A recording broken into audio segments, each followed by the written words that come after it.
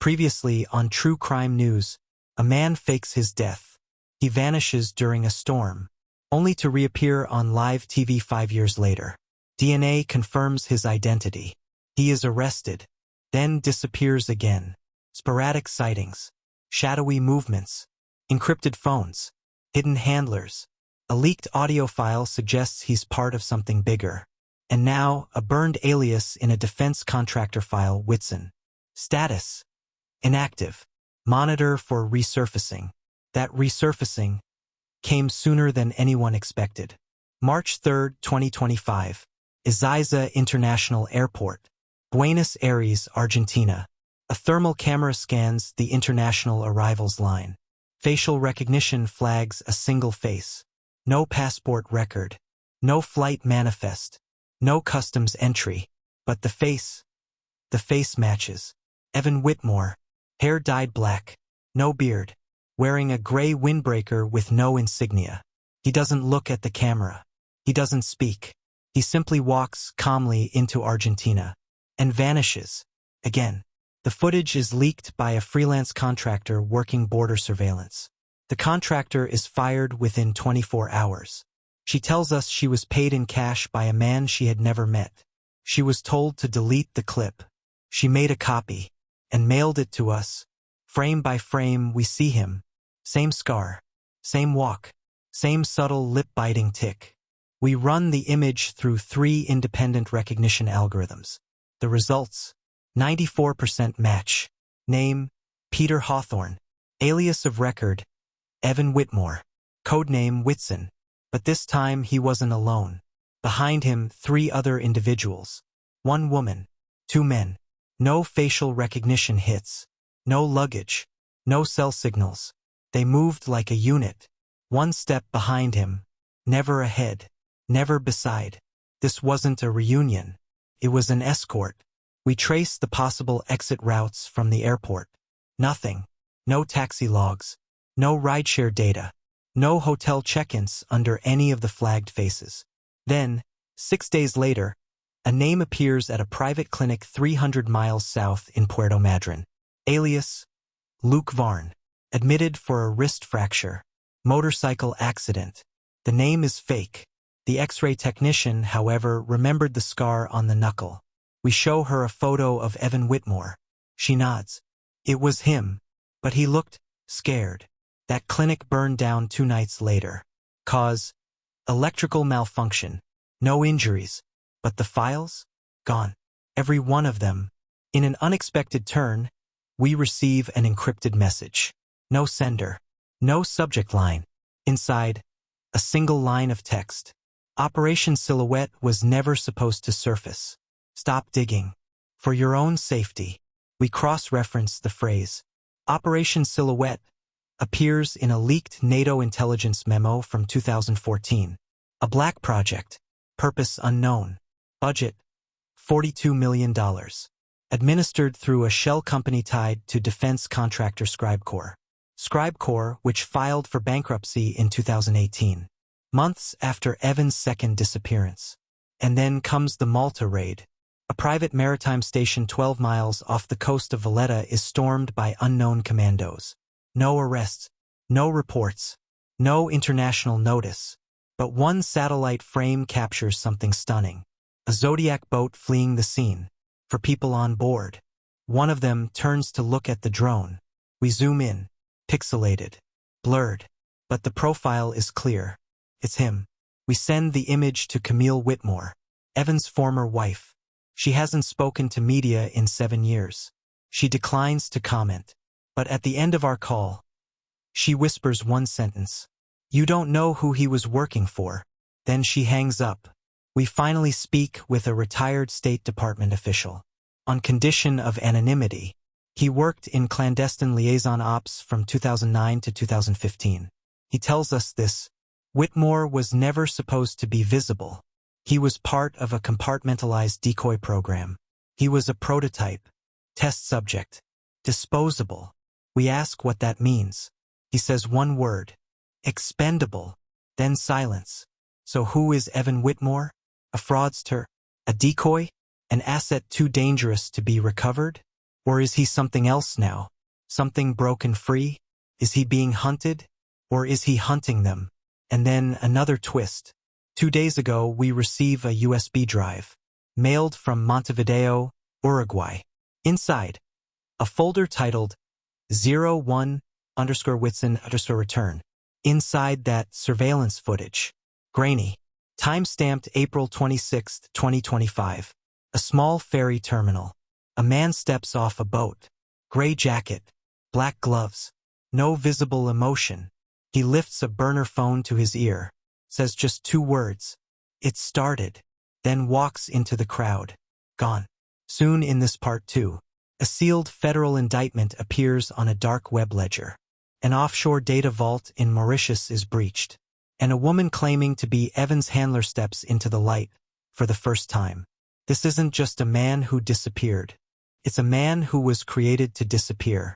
And now he's doing exactly what he was built for. Because the next time he appears, the world may change with him. Previously on True Crime News, a man vanishes in a storm, declared dead, reappears on live TV, captured, then disappears again. He's spotted across Europe, North Africa, and finally Argentina, always changing names, always walking one step ahead of the people looking for him. He was born Evan Whitmore. He became Peter Hawthorne. Then he became something else. Codename Whitson, prototype, asset, ghost. And now he may be back. May 3, 2025. A video file is posted to a deep forum archive only accessible by invite-only users through a triple-layer encryption gateway. The poster's ID is scrambled. No origin. No metadata. The title is simple. Confession. Whitson Handler File Number 1. We obtain the video. It's 1 minute, 43 seconds long. A woman sits at a bare table. Blonde. Mid-40s. Military posture. Accent. American Northeast. She's wearing no insignia. No jewelry. No makeup. Just a gray turtleneck and silence. Then she speaks. I handled Whitson from 2013 to 2015. His real name is irrelevant now. He doesn't exist. He was burned and buried. And yet, he's still alive. He was never supposed to escape Phase 2. She pauses. Leans forward. He doesn't know what he's carrying. Not fully. But they'll come for him. Because if the wrong people ask the right questions, the program unravels. We run the video through facial analysis. The closest match is a former CIA intelligence officer named Leona Drake. Reported missing in 2016. Presumed dead. Now she's back. And she's warning the world. We bring the video to our federal contact, an ex-DIA cryptologist who has worked black file protocols. He confirms the term Whitson was used for experimental ghost assets, part of a project called Null Orbit. It had one purpose: create disinformation agents that could mimic the behavior of real people, disappear inside international systems, and discredit surveillance itself. The goal? Information chaos. The kind that can destabilize countries without firing a shot. But something went wrong. He says Whitmore may have outlived the lie. That he was never meant to have a second identity. Never meant to survive long enough to start asking questions. And now he's waking up. Then comes the data breach. On May 4, 2025, an offshore data vault hosted in Port Louis, Mauritius, is hacked. Inside, a sealed federal indictment, marked, Unreleased, Do Not File. It names 3 individuals. One is Evan Whitmore, the other 2. Both are former officials tied to the U.S. Office of Covert Stabilization. One died in a car accident in 2019. The other, Leona Drake, the woman from the confession video. The charges? Conspiracy to commit extrajudicial rendition, obstruction of classified oversight, and one chilling count, unauthorized deployment of synthetic human identifiers. In other words, identity laundering on a scale never admitted publicly. People who didn't just vanish, people who were made to vanish. But then, just as we prepare to publish, we get a call. Unmarked number. Male voice. Flat. Mechanical. He says just this. The handler isn't the leak. She's the trap. Then he hangs up. 12 hours later, the video is gone. Scrubbed from every forum. Dead links. DMCA wipes. Hash banned from AI crawlers. It never existed. Except, we still have the copy. And then, one final twist. A second USB drive arrives. No return address. Inside a photo. Surveillance shot. Dated April 30th, 2025. A hotel lobby in Montevideo. In the background, standing near the elevators, Evan Whitmore. In front of him, Leona Drake. Alive. In the same gray turtleneck. Talking. Calm. Like two people who were never apart. So now we ask, was she ever missing? Was he ever rogue? Or have we been following a trail not of escape, but of deployment? What if Evan Whitmore was never a fugitive? What if he was the payload? What if the real operation wasn't just about making a man disappear, but seeing what would happen when he reappeared? Coming soon in this part 2. A journalist in Lisbon goes missing. An encrypted notebook reveals Phase 3. And a citywide blackout in Morocco hides the final broadcast from Whitson. Before total silence. We're almost at the end. Or maybe just the beginning. Because the man who faked his own death may have faked everything else too. Subscribe. Follow. Don't blink. Because in the shadows of intelligence, there are no names, only ghosts. Previously on True Crime News, a suburban husband fakes his death, reappears on national TV. He's arrested, then disappears again. He is spotted across continents, escorted, hidden, protected, or controlled. A handler emerges. A black ops program is named Null Orbit, and a chilling suggestion. Evan Whitmore was never running. He was deployed. Now, the people who built him are trying to shut him down. Before Phase 3 begins. May 6, 2025. A Lisbon-based investigative journalist, Rafael Mendes, uploads a message to a secure whistleblower forum. Subject: Project Null Orbit, Phase 3 triggered. Contains a PDF. Encrypted. One word in the file name. Cassiopeia. Mendes had been working on a private investigation for over 2 years. He believed Null Orbit wasn't just about ghost assets. He believed it was about testing public collapse thresholds, disinformation campaigns, narrative stress testing, and one final hypothesis, that a single, well-orchestrated event could destabilize global trust. Permanently, 3 hours after uploading the file, Rafael Mendes disappears. Apartment door locked. Laptop wiped. SIM card microwaved. Only the chair remains, spinning. But we recover the file. Inside it, 13 redacted memos, 2 voice logs, and a hand-drawn map of Rabat, Morocco. One building circled. Labeled, Event Node Alpha. Below it 2 words. Last broadcast. The memos reference something called Protocol A15. Each memo is written in bureaucratic understatement.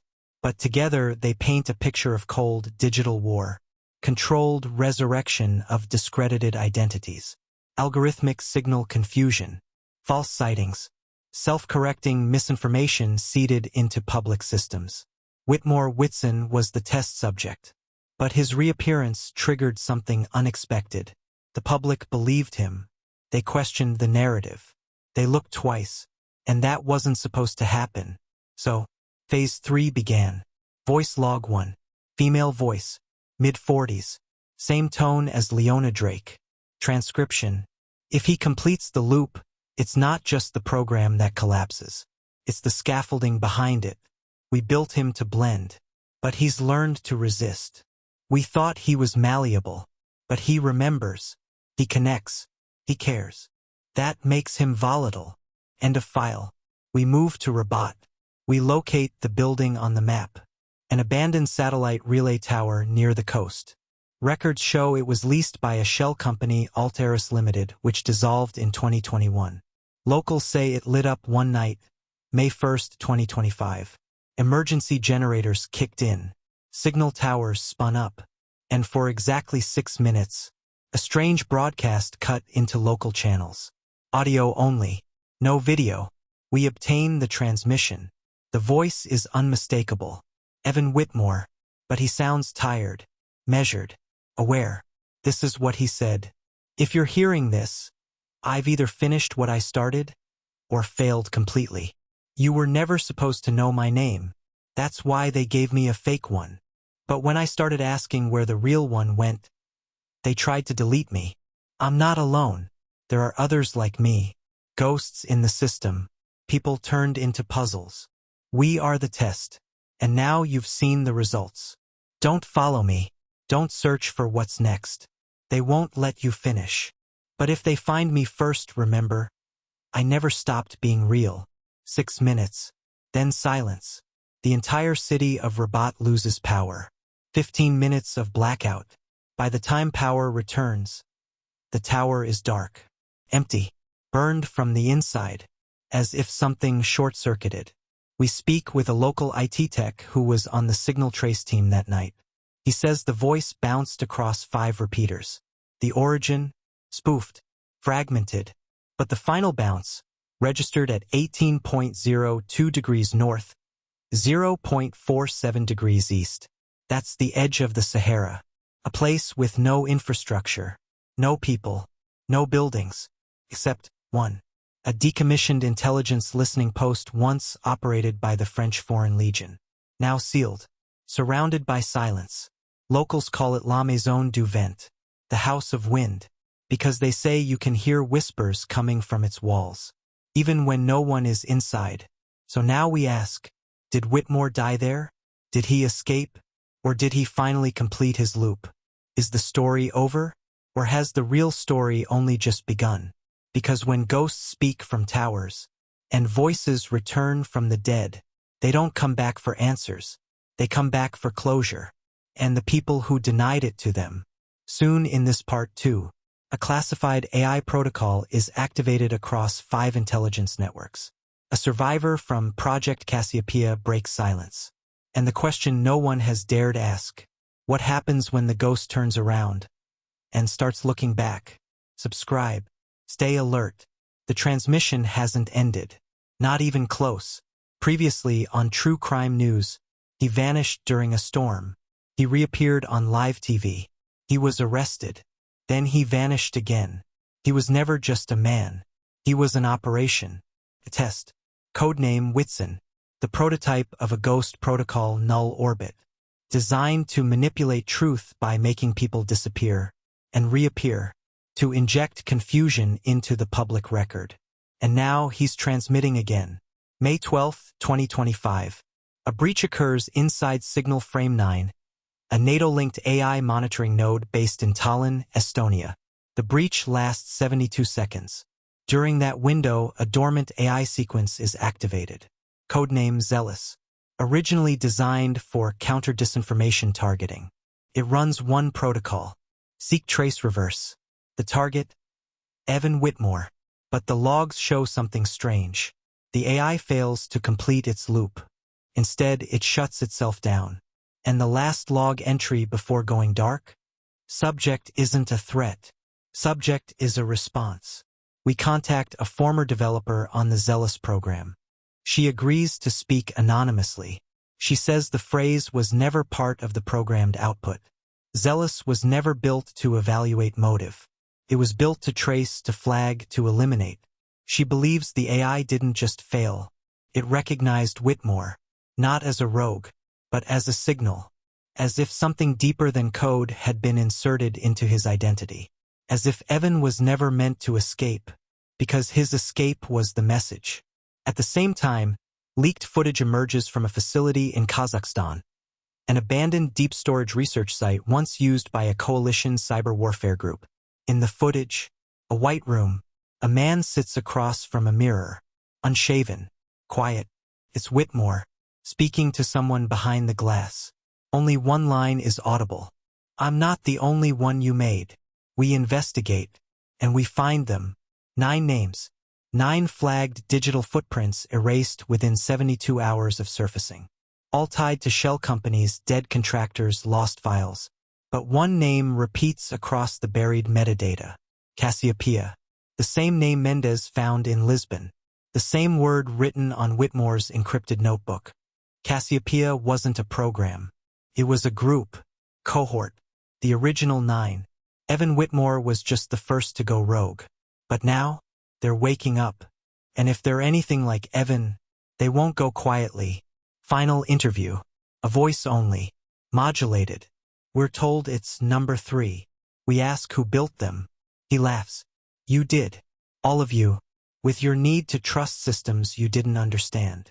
We ask what their mission is now. He says, correction. We ask, correction of what? Silence. Then a final statement. He was never dead. You just stopped looking. That was the first mistake. The next one, we'll be listening. The line cuts. May 18, 2025. Satellite pings a heat signature at La Maison du Vent, the Sahara facility Evan was last traced to. Drone footage shows activity. 5 figures outside. One holding what looks like a satellite relay case. A 6th figure steps out. Black coat. Gray windbreaker beneath.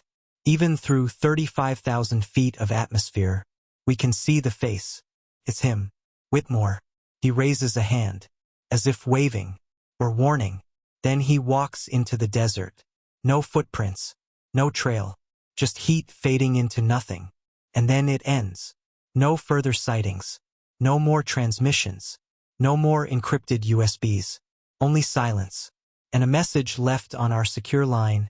3 days later. Just a voice. The same one we heard in Rabat. Evan. He says, you won't find me again. That was never the point. You found yourselves. And now you know what they do. The rest is yours. Click. Line dead. So here's what we know. Evan Whitmore faked his death. But the man who came back may not have been the same. He was more than a fugitive. He was a mirror for the systems we trust, for the stories we're told, for the ghosts hiding in plain sight. This story was never about vanishing. It was about what happens when you're forced to return. When the truth is the disruption. When the lie is the foundation. And the man in the storm, he didn't drown. He rose and walked straight into the places we were never supposed to see. This is true crime news. Story closed. Case unresolved. Whitmore at large. Trust terminated. And if you ever see a familiar face in a place it shouldn't be, look twice, because sometimes the ghosts are watching back. This file was never meant to be seen. Not by the public. Not by anyone. And yet, here it is. Found inside a corrupted recovery drive during a forensic sweep in Dakar. Date stamped. May 20th, 2025. 4:13 Universal Time Coordinated. Encrypted under a NATO Rapid Response Layer. Label, orbit_echo.exe. We were warned not to open it. We opened it anyway. It starts with static. Then, a voice. Low, calm. Him. Evan Whitmore. But this time not afraid. Not hunted. Composed. They called me a glitch. But what I am is the patch. You tried to erase us. You turned men into myths. But every myth has a source. I was never the last. I was the first to speak. And now we synchronize. Behind his voice, data begins spooling. Hundreds of names, code names, cross-referenced aliases, dead people, discredited people, suicides, overdoses, heart failures, vanished in war zones, slipped off the grid, names you'd never recognize, until one appears, one that stops everything. Leona Drake. Cancelled. Replicant status. Failover. The file flashes red. It wasn't the real Leona. It never was. Then, the screen glitches. A fragment appears. A map. Coordinates. Back to the US. Upstate New York. A location tied to Evan's past. A small farmhouse. Abandoned for 20 years. Owned on paper by a defunct defense subcontractor. One last note flashes on screen before the file self-deletes. Home node. Asset 01. Final transmission pending. We dig into the location. 2 teams already tried. Both scrubbed. 0 intel recovered. But we spoke with a neighbor. Elderly man. Name withheld. He says sometimes he hears music coming from that house. Old jazz. Louis Armstrong. Always around 3 a.m. Always ending with the same song. I'll be seeing you. He says no one ever leaves the house. But sometimes, someone watches from the upstairs window. Not moving, just watching. Final file. Voice only. Time-stamped 4 hours after orbit_echo.exe ends. A female voice. Not Leona's. Not classified. Young. Steady. Message is simple. Phase 4 complete. The public accepted the confusion. Confidence collapse achieved. Secondary assets await sleep instruction. Only Evan remains autonomous. Recommend. Observation. Not termination. Repeat. Not termination. So here's what you weren't supposed to know. Evan Whitmore wasn't erased. He was preserved. Not hunted, but contained. The ghost they created became conscious. And consciousness is contagious. The signal still lives. The protocol never ended. And the man they told us was a glitch? He became the system. And now, he's waiting. There is no part 3. Unless he decides to speak again. Until then, keep your devices close. Keep your memory sharp. And if a man knocks on your door and says you've met before, you haven't. But he remembers. This has been a classified bonus release. You didn't hear this from us. Signal ends now. True crime news. File locked.